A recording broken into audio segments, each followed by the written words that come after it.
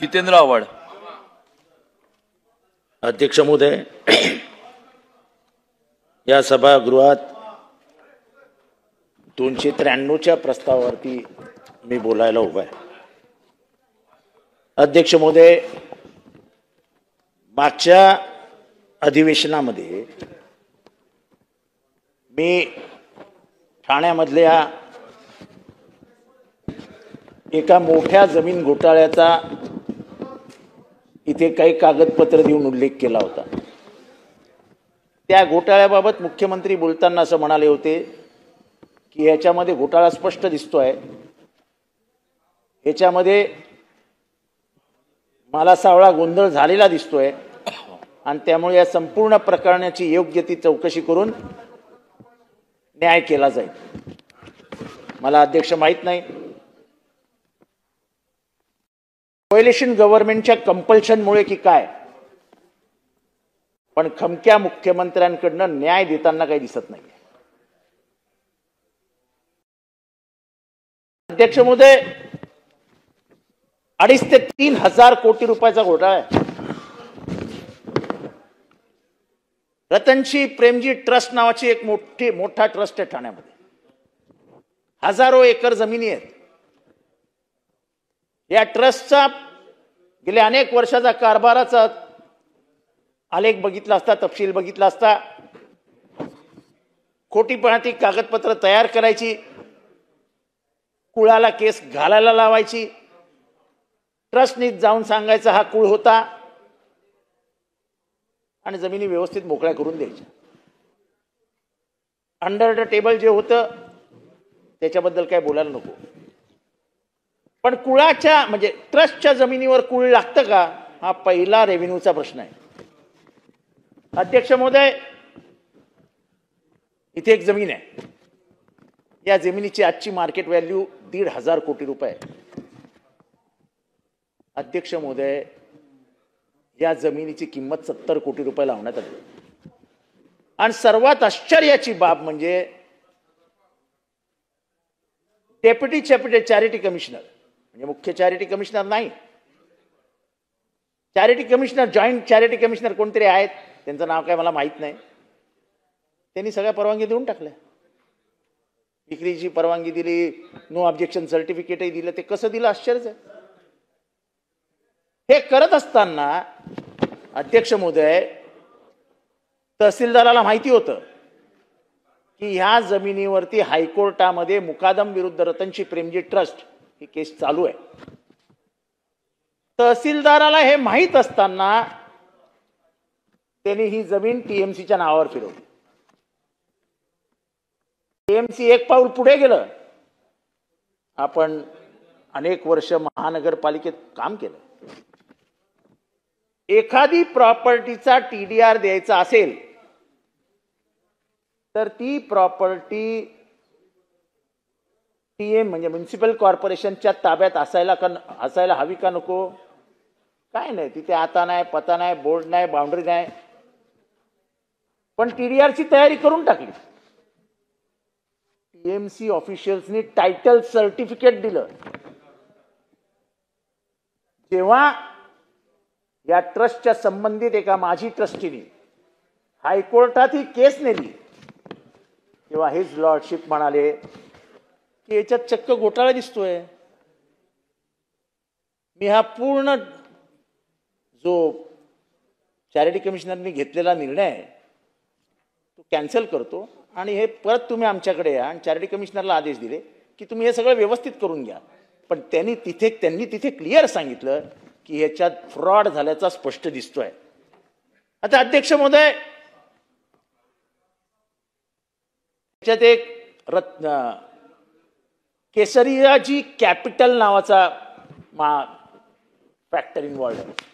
आता केसरियाजी कॅपिटल कोण आहे? तर मुलुंडला एक non banking finance agency NBFC आहे.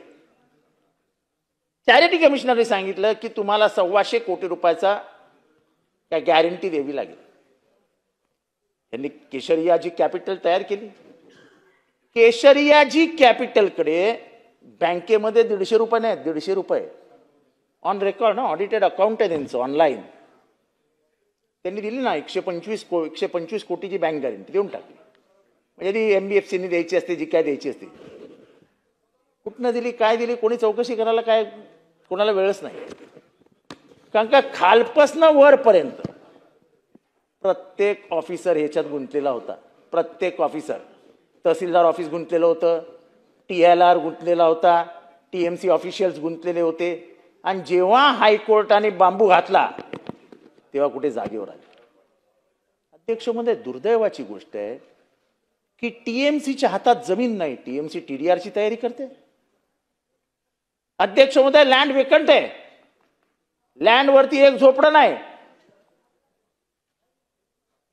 आणि TDR कशावर क्लेम केलाय, तर म्हणे तिथे झोपड्या आहेत. झोपड्या दाखवल की नाही. माझ्या पुढे पूर्ण लँडचा गेल्या 1 वर्षाचा सर्वे आहे. दर आठवड्याचे व्हिडिओ आहेत. एक झोपडी नसताना त्यांना TDR देण्यासाठी TMC झोपड्या आहेत असं दाखवायला तयार होतं. आमची मुख्यमंत्र्यांकडनं माफी एक अपेक्षा आहे. तुम्ही आम्हाला सांगता की सुप्रीम कोर्टाने स्टेटस को दिलाय, पण सुप्रीम कोर्टाने शब्द काय वापरले. त्यांनी हायकोर्टाच्या ऑर्डरवर स्टेटस को नाही दिलाय. परिस्थिती जैसे थे ठेवा म्हणून इन्क्वायरीवरती रोख लावायला सांगितलेलं नाहीये. अध्यक्ष महोदय, बँकिन नावाचे जे याचे परचेसर आहेत त्यांनी केलेले जे व्यवहार आहेत ते तपासले तर ही बाब धक्कादायक आहे. ते ऍग्रीमेंट करतात कधी, त्या चॅरिटी कमिशनरनी ज्या अटी घातल्या त्या फुलफिल करण्यासाठी एक मोठा एजन्सी घेऊन येतात, त्याच्याशी ऍग्रीमेंट करतात, त्या ऍग्रीमेंटवरनं टेंडर भरतात आणि टेंडर मंजूर झाल्या जी मोठी पार्टी असते ती रेजिग्नेशन देऊन बाहेर पडते. अरे काय येडे समजता काय लोकांना.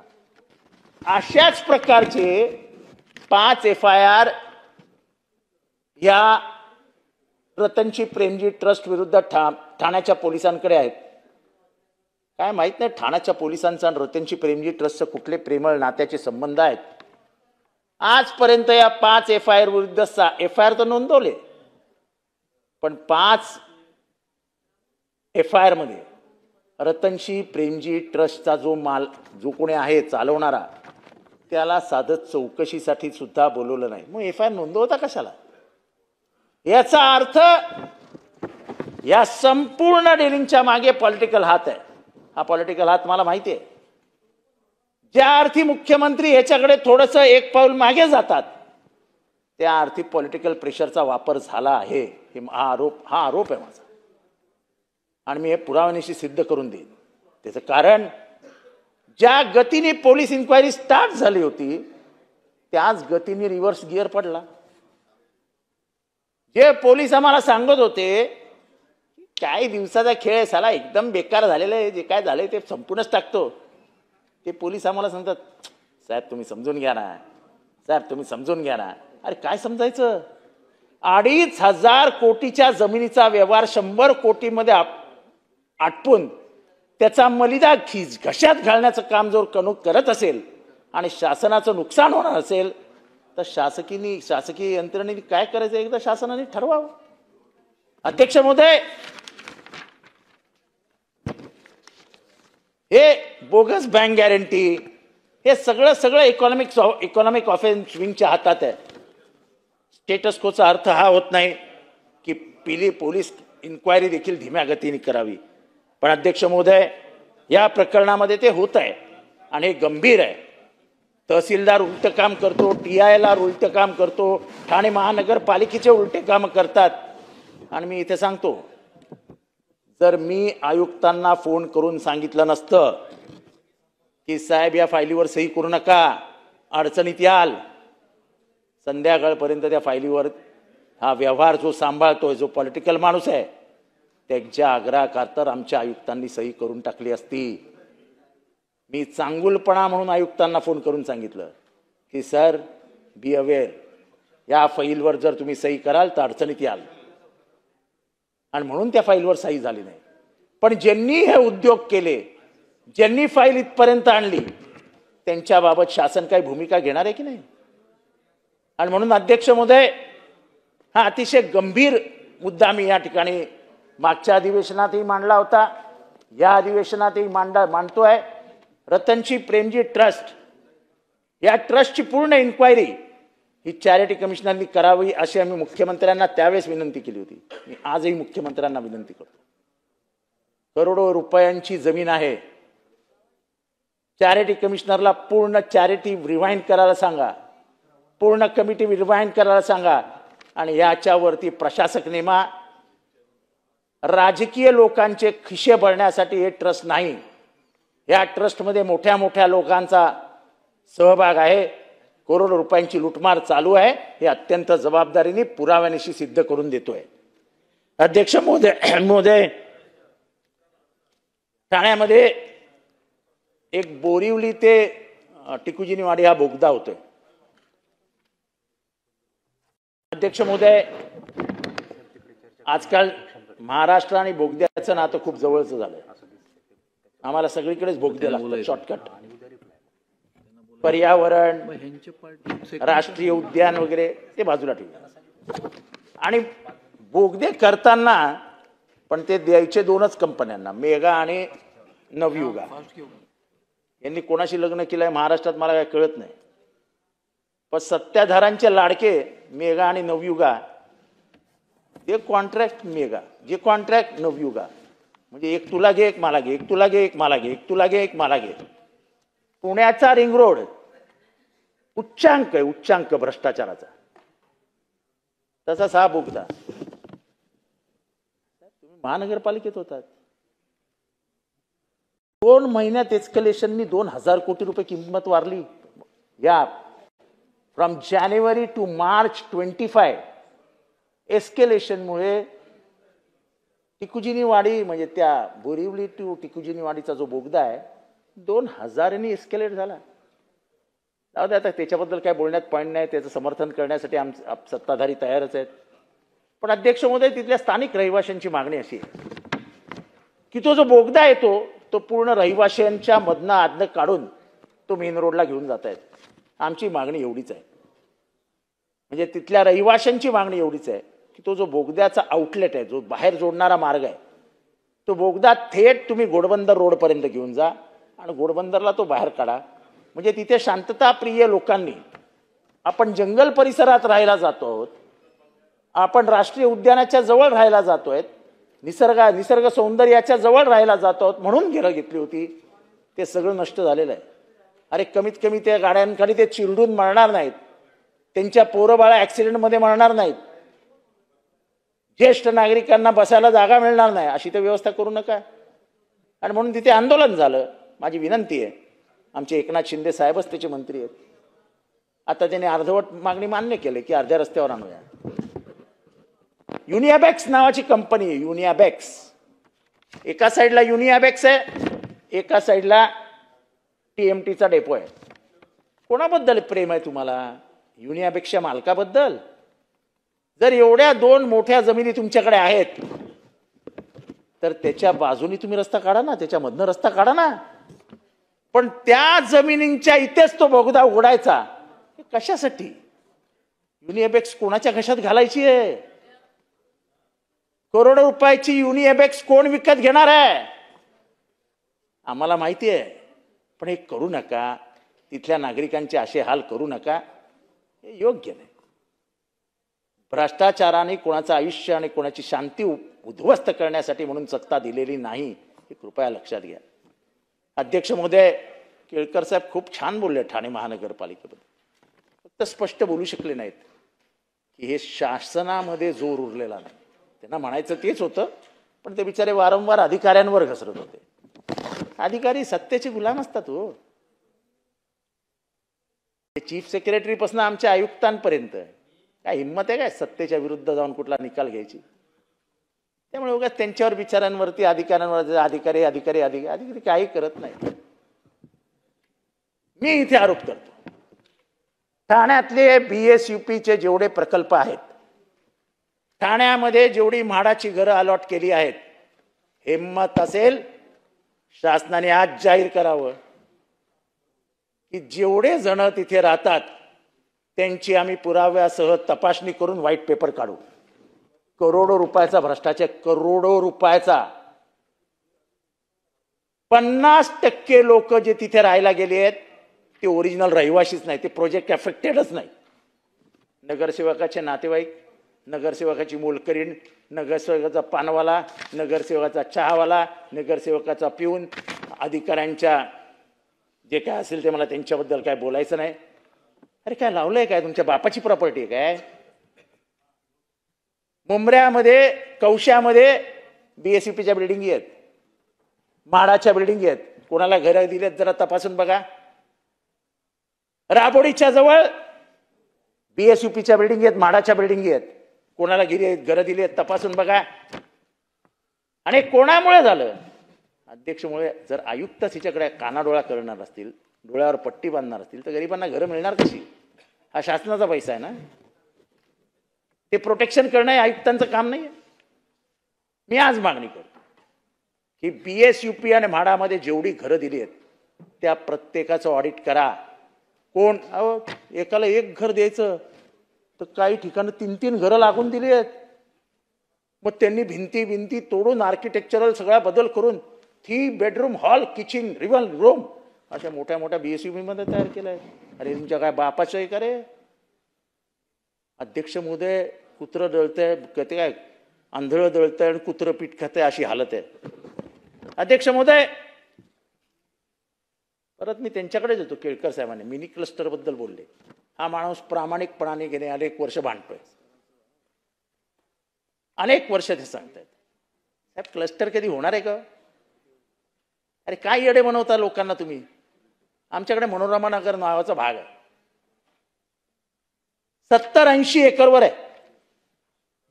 काय आता नाही पता नाही. मुंबईतला एक नामवंत बिल्डर म्हणे त्याला मिळणार आहे. साहेबांनी याला जरा घालायला सुरुवात केली. महानगरपालिकेचा अधिकार नसताना महानगरपालिकेने नंबरिंग सुरू केली. मी स्वतः तिथे गेलो. लोकांनी रातोरात ते नंबर पुसायचं काम केलं. पोलीस जातात त्यांच्या घरी. नंबराला कोणी हात लावला? अरे माझ्या घराच्या भिंतीवर कोणी येऊन नंबर लिहिणार असेल, मी मालक आहे ना घराचा. आणि पहिली गोष्ट, माझ्या घराची डेव्हलपमेंट कशी करायची हे ठरवणारे तुम्ही कोण? हे काय लावलंय नवीन cluster cluster cluster cluster cluster? कधी होणार? 70 एकर, 160 एकर, 56 एकर. अरे काय स्वप्न बघायची तर कशी बघायची? काँग्रेसने प्रस्ताव आणला होता. जे मिनी क्लस्टर बोलतायत ना आमचे केळकर साहेब, हा मिनी क्लस्टर हा काँग्रेसचा प्रस्ताव होता. बिल्डरला नजरेसमोर आणलेला प्रस्ताव नव्हता, गरिबांना समोर ठेवून आणलेला प्रस्ताव होता की 10,000 स्क्वेअर मीटरचा प्लॉट बनवा मिनी आणि डेव्हलपमेंटला काढा. आता इथे 70 एकर, 160 एकर, 156 एकर आणि ऑलरेडी तय. हे मीटिंग कुठे होतात, कोणाबरोबर होतात, कन्सेंट कोण घेतं काय माहित नाही. पण एवढी मोठी मोठी स्वप्न दाखवायची आणि लोकही फसत नाही हो. अख्खा मनोरमा नगर क्लस्टरच्या विरोधात आहे. अध्यक्ष महोदय, 2 चालत्या शाळा तोडून टाकल्या या क्लस्टरच्या नादात. चालू असलेल्या शाळा, विद्यार्थ्यांना बसायला जागा नाही. वर्षभर लांबच्या शाळेमध्ये नाही तर प्रायव्हेट शाळेमध्ये विद्यार्थी जात आहेत. कुठलं गोरगरिबांचं सरकार हो? हे बिल्डर धार्जिनं सरकार आहे. आता माझ्या मतदारसंघात मनीषा नगर नावाचा प्रकल्प आहे. 40-40, 50-50 वर्ष जुन्या इमारती आहेत. त्यांनाही लावलाय गुळ. क्लस्टरमधनं डेव्हलपमेंट करणार बिल्डर आम्ही आणणार. मेन काय तर तुम्ही बिल्डर नका आणू, बिल्डर आम्ही आणणार. अरे तुम नहीं देखने का इसकी तरफ, हम देखेंगे. विटाव्यामध्ये कमीत कमी 25 एकरवर झोपडपट्टी आहे. आणा ना एसारे करा ना तिथे 10-10, 5-5, 4-4 एकरचा एखादा प्लॉट आणि येऊ द्या ना एसआरए मधला एखादा चांगला बिल्डर. कशाला पाहिजे क्लस्टर? क्लस्टर तुम्हाला ह्याच्यासाठी हवा आहे कारण क्लस्टरचा एक अधिकारी महानगरपालिकेत बसतो आणि महानगरपालिकेत बसून महानगरपालिकेच्या साहेब सगळ्यांना जेवढा विरोधी पक्षाला वेळ दिला तेवढाच मला मी घेणार नाही. चर्चा संपवायची आहे सगळ्यांना. नाही पण अध्यक्ष महोदय जेवढा विरोधी पक्ष सगळ्यांना जेवढा वेळ दिला तेवढा मला दिला पाहिजे.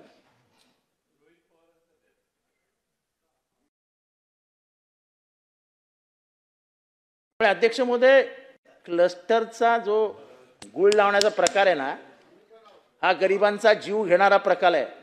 अध्यक्ष महोदय क्लस्टरमुळे काय झालं ठाण्यात तर क्लस्टरमुळे जे SRAचे प्रस्ताव दाखल झालेत गरिबांचे त्याला सुद्धा कायद्याने नाही आदेशाने बंदी आहे की कुठलाही प्रस्ताव मंजूर करा नका. सगळे प्रस्ताव अडकून पडलेत. काय गरिबांसाठी एवढा छळ मांडलाय. गरिबांना घेऊ द्या ना त्यांची घरं, बांधू द्या ना त्यांची घरं. अध्यक्ष महोदय प्रॉब्लेम तर असे वाढलेत की बोलायला सोय नाही. अध्यक्ष महोदय पाण्याचा प्रश्न गंभीर आहे. अध्यक्ष महोदय ठाण्याला पाणी मिळत नाहीये. कळव्यातलं पाणी चोरलं गेलंय. घोडबंदरला पाणी नाहीये. मी वारंवार विनंती करतोय की मुख्यमंत्री ठाणे शहरातले होते, आता ते उपमुख्यमंत्री आहेत, पण अतिशय मोठ्या डिपार्टमेंटची जबाबदारी त्यांच्याकडे आहे. अध्यक्ष महोदय त्यांनी जर निर्णय घेतला जर तुम्ही 22,000 कोटी 40,000 कोटी 50,000 कोटीचे बोगदे आणू शकता तर ठाण्यासाठी फक्त 3,000 कोटीमध्ये एक धरण उभं राहणार आहे. तेवढं काम. अध्यक्ष महोदय एक वेळ अशी येईल की ठाण्याला पाणीच मिळणार नाही.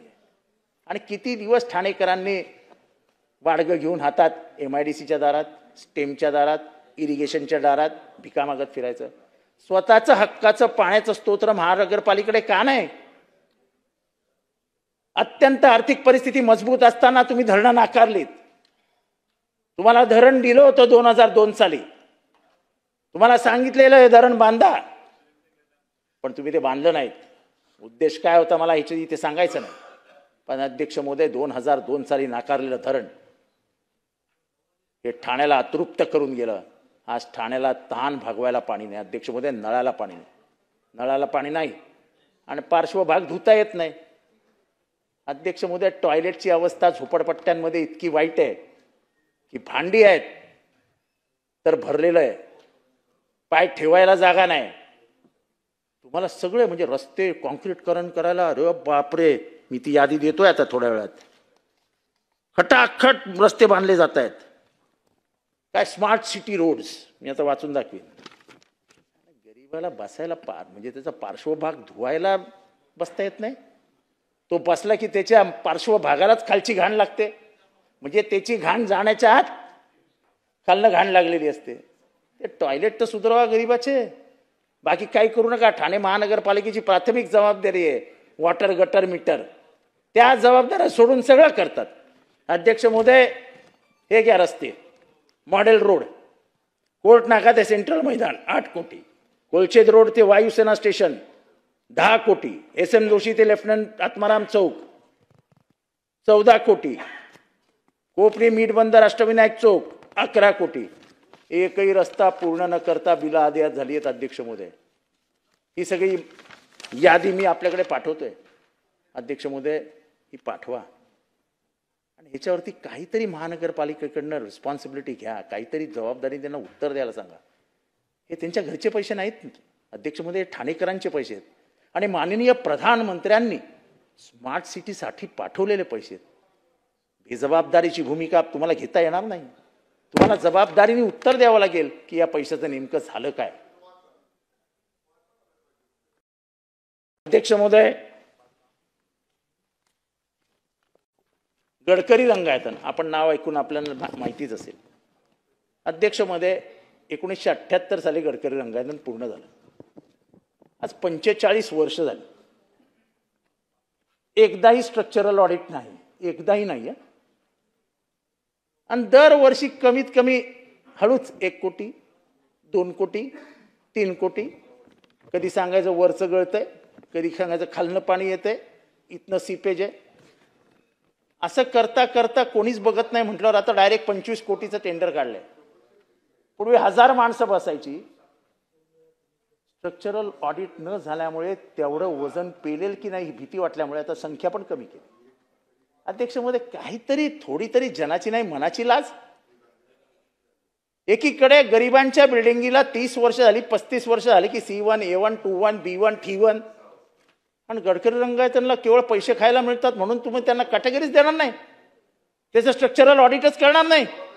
25-25 कोटी रुपयाचं टेंडर काढणार कशासाठी? घरं भरण्यासाठी. अध्यक्ष महोदय, हे आजचं लेटेस्ट टेंडर हे जवळजवळ 25 कोटी म्हणजे 25.5 कोटीचं आहे, आणि त्यामुळे ह्याच्याकडे लक्ष देण्याची गरज आहे. अध्यक्ष महोदय, मी अत्यंत महत्वाच्या प्रश्नाकडे वळतोय. माझा शेवटचा मुद्दा आहे अध्यक्ष महोदय. मुंबईमध्ये म्हाडाच्या मोठ्या मोठ्या वसाहती आहेत. मी जेव्हा गृहनिर्माण मंत्री होतो तेव्हा SPP नगरचे रहिवासी माझ्याकडे आले होते आणि त्यांचा पूर्ण पुनर्विकासाचा प्रस्तावाला जवळजवळ मान्यता देऊन सगळी तयारी करून ठेवली होती. पण नंतर मंत्रिमंडळ गेलं, त्यांचं विचारांचं स्वप्न तसंच राहिलं. अध्यक्ष महोदय,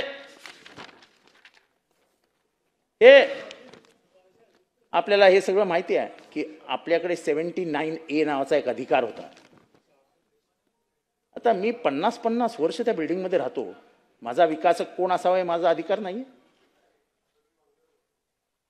जनरल बॉडीने ठरवलं की X हा आमचा विकासक, तर ठीक आहे ना बाबा, तुझी मान्यता आहे ना त्याला, तुम्हाला सगळ्यांना पटतंय ना हा विकासक, तर कर ना, तो विकासक घे. ही भूमिका आपल्या सगळ्यांची पाहिजे. नाही, आता तसं नाही. आता आम्ही ठरवणार तुझा विकासक कोण आहे, कारण आमच्या मित्रांना ते हवं आहे. आम्ही काम तुमच्यासाठी करत नाही, तुम्ही फक्त मतं देण्यासाठी आहात. तुमची एकदा मतं आली की मग आम्ही ठरवणार तुमचं भविष्य. अध्यक्ष महोदय, लोकशाही मूल्यांची पायमल्ली आहे. 79A हा राज्य सरकारने केलेल्या कायद्यातनं निर्माण झालेला अधिकार होता. तो अधिकारच काढून घेतलाय. आणि हा इथेच नाही तर अशा 20-22 वसाहती आहेत ज्याचा लूट करण्यासाठी म्हणून CNDA आणलं जात आहे. 79A हा कायदा आहे ना, तरतूद आहे.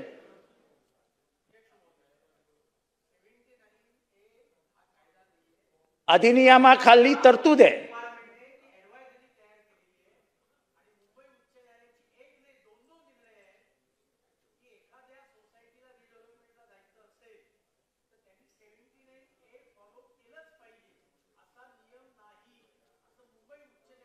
आपण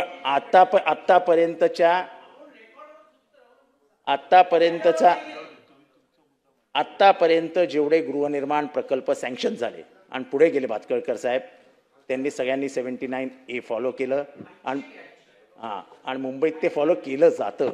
आमचं म्हणणं आहे, तुमच्या घराचा आर्किटेक्ट कोण असावा हे तुम्हीच ठरवणार ना. मग ह्यांनी काय पाप केलंय? यांनी काढून टाकलं ना. 79A ची गरज नाही. आणि दुसरी गोष्ट, तुमचा विकासक म्हाडा ठरवणार. GTB नगरमध्ये डायरेक्ट देऊन टाकलं विकासकाला. हा विकासक आणि हे GTB नगर करा डेव्हलप.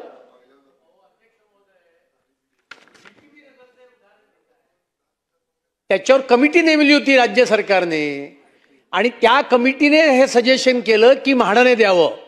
आणि मला एक सांगा, C&D कन्स्ट्रक्शन अँड डेव्हलपमेंट ही कल्पना कोण गृहनिर्माण मंत्री असताना म्हाडामध्ये आली? त्या गृहनिर्माण मंत्र्यांचं नाव सांगा. मोतीलाल नगरचं टेंडर कोणी काढलं या स्कीमच्या खाली? सगळ्यांना माहिती आहे. हा, उद्या आपलं इतकं सदनाला चुकीचं कृपया सांगू नकात. आपण फार सिनियर सदस्य आहात, आपल्याकडे अपेक्षा नाही. मी सांगतो ना, CNDAचं टेंडर काढलं पण कोणाला द्यावं असे निर्देश नाही दिले. निर्देश दिले ना.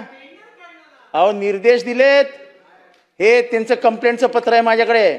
अध्यक्ष महोदय, आमचा प्रश्न एवढाच आहे की SPP नगरमध्ये जे आहे त्यांना जो बिल्डर हवाय तो द्या ना. गुरु तेज बहादूर नगरमध्ये त्यांना जो बिल्डर हवाय तो द्या ना. तो वरळीचा आदर्श आहे, त्यांना जो बिल्डर हवाय तो द्या ना. तुम्हाला शेवटच्या ह्याच्यात आहोत अध्यक्ष महोदय. अध्यक्ष महोदय, माझा शेवटचा एक महत्त्वाचा मुद्दा आहे जो आदिवासींशी संबंध आहे. अध्यक्ष महोदय, मी गेले अनेक वर्ष सांगतो की येऊरमध्ये लक्ष घालण्याची गरज आहे. अध्यक्ष महोदय, मी साधे एक उदाहरण देतो. एक 68/09 नावाची जनहित याचिका होती. 5/3/2015 हायकोर्टाने निकाल दिला की ही जागा आदिवासींच्या ताब्यात द्या. तहसीलदारांनी जाऊन ती आदिवासीच्या ताब्यात दिली. 19/4/2025 निर्मल जैन नावाचा एक माणूस गावगुंडांना घेऊन तिथे घुसला आणि सगळ्या आदिवासींना मारून बाहेर काढलं. हे आदिवासी गेले 2 महिने पोलीस स्टेशनला जात आहेत की आमची तक्रार घ्या. कोणीही तक्रार घ्यायला तयार नाही. अध्यक्ष महोदय, शेवटी शेड्यूल ट्राईब कमिशननी दिल्लीहून पत्र पाठवलंय की why action has not been taken. अध्यक्ष महोदय, काय चालू आहे? अध्यक्ष महोदय, तिथे 7/12 वरती राखीव वन लिहिलंय. त्या राखीव वनांवरती प्रायव्हेट लोकांनी कब्जा केलाय. आतमध्ये बंगल्याची कामं चालू आहेत. म्हणजे हे जंगल राज्य आहे की काय? असे 70 एकरचे 7/12 मी आता देतो इथे. 70 एकरचे 7/12 ज्याच्यावरती म्हणजे मला माहित नाही की राखीव वन असताना विदाउट द परमिशन, म्हणजे कोणाची मान्यता नसताना, काही नसताना बोजा चढवला जातो. राखीव वनावरती बोजा चढवणार, ज्याचा बोजाला नाव आहे तो कोणाला तरी जमीन विकतो, त्याला बाउंड्री मारली जाते, तो माणूस येतो बंगल्याच्या बांधकामाला सुरुवात करतो. अध्यक्ष महोदय, संपूर्ण येऊर उद्ध्वस्त करण्याचं काम चालू आहे. अध्यक्ष महोदय, आदिवासींच्या जमिनी कोणी घेतं, कोणालाही विकतं, आदिवासींना मारून हकलून देतं. अध्यक्ष महोदय, मग सगळे आता आदिवासी 7/12 आहे, त्याला TLRनी मार्किंग करून जमीन हातात दिली.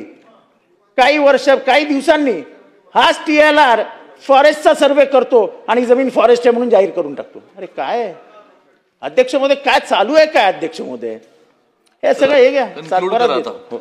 अध्यक्ष महोदय, हे जे रिझर्व्ड फॉरेस्ट आहे, या रिझर्व्ड फॉरेस्टच्या बाबतीत सरकारने निर्णय घेऊन काय तो एकदा आम्हाला सांगा. अध्यक्ष महोदय, येऊरमध्ये जे बंगले बांधले जात आहेत, 1000 स्क्वेअर फीटच्या बंगल्याला मान्यता आहे. अध्यक्ष महोदय, अत्यंत गंभीर आरोप करतोय मी.